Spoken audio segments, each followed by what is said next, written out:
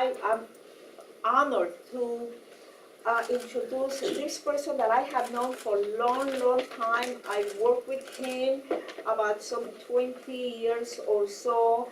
I know he's a leader. I trust him, and I know that he's going to be an excellent, excellent party chair. I know that it's not going to be overnight, and do not expect miracles from him, because the only one who made miracles based upon my faith, it's been gone for over 2,000 years. It's still around. So Amen. do not expect Amen. miracles of our next party chairman, but he is going to be positive. He's going to get us out of this financial cliff that we have within the party, not only our state, but our nation.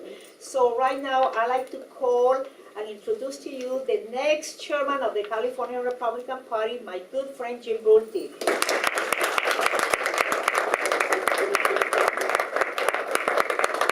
Well, thank you. First of all, let me thank you for your endorsement. At least the board of directors of the California Republican Assembly, I was pleased to come and present myself, and I thank you for listening to what I had to say, and thank you for your endorsement. And I have been proclaiming it proudly across the entire state of California. I want to just take a couple minutes, if I can, and tell you why I'm running. Because I am running, and I'm running hard. And I'm running like I'm behind, because I think the way you win elections is by making sure that you count, you talk to every delegate until the polls close. And then you make sure that you have a fair count going on. So we're even going to have ballot integrity people there. You know, 2014 or 2012 was a tough election for us. We lost by plus 23 at the top of the ticket. Plus 23.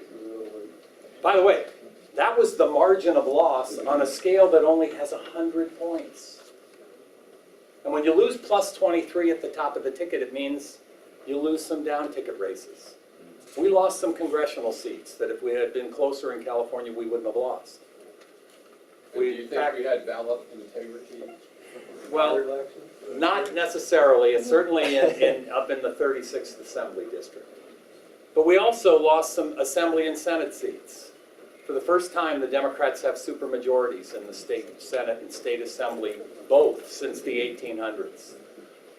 And when you lose at plus 23 at the top of the ticket, it affects everybody down ticket. Well, you know, 2014 is a new election, and it's a new day for us. And we can play a role, not only here in California, but nationally. The Republicans, half the congressional seats they lost in 2014, we lost here in California. Half. You know what? In 2014, we can help the Republicans keep the House of Representatives by picking back up the Lundgren seat, the Bono Mack seat, the Bill Bray seat, by sending John Garamendi home, by sending Julie Growley home, by going into Lois Capps' district, who, by the way, promised only to serve 3 terms. She broke that promise. We can take her out, too. We can help make sure that Republicans control the House of Representatives. And you know why that's important? Because for the next 4 years, Barack Obama is going to be president. Amen. And you know, he and Harry Reid didn't do very much to make this country more financially secure or healthier over the last 4 years, and we can't depend on them to do it over the next 4 years. So we need a Republican House of Representatives, because they're the backstop in Washington, D.C. We can pick up seats in the state legislature. We absolutely have to eliminate the 2/3 supermajority in one or both houses of the legislature here in California. 2014 is our best opportunity to do that. You know, Republican leaders, and I've been a leader of this party before, I'll be critical of some of our leaders. Some of our leaders have gotten a little lazy. You know, we have Republicans who are elected that love talking to the choir.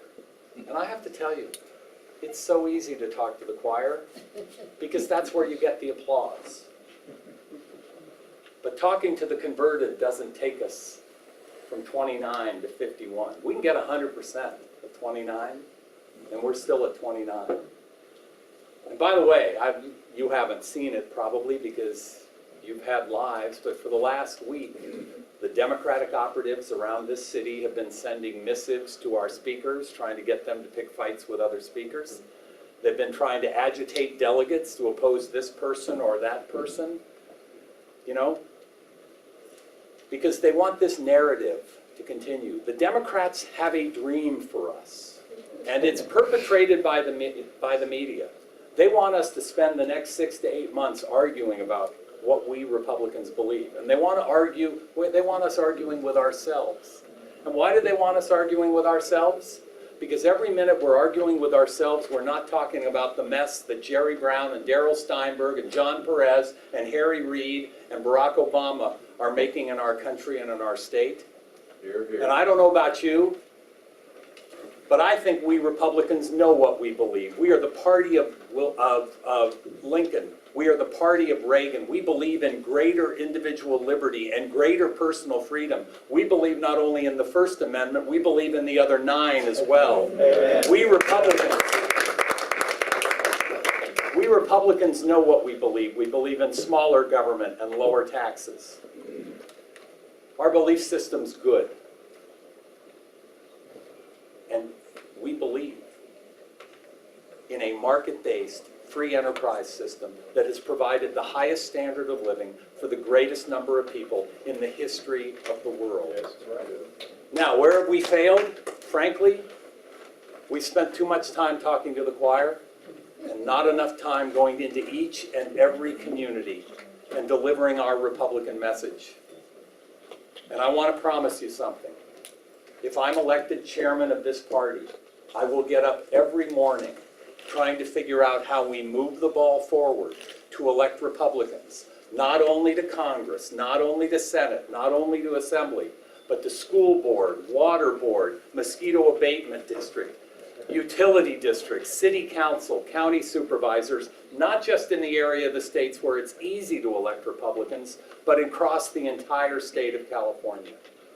I'm running for chairman because I have a lifetime of service to this party. I've made some mistakes, but I've worked hard to make sure that our conservative principles are enshrined in our government. I was proud to be appointed to the state party by Tom McClintock. I was proud to be nominated for party chair by Tom McClintock. And I thank you for your endorsement collectively as a group. Now I'd like to ask each and every individual delegate. I'd like to ask for your vote. If I have your support, thank you. If I don't yet have your support, please come to my hospitality suite tonight.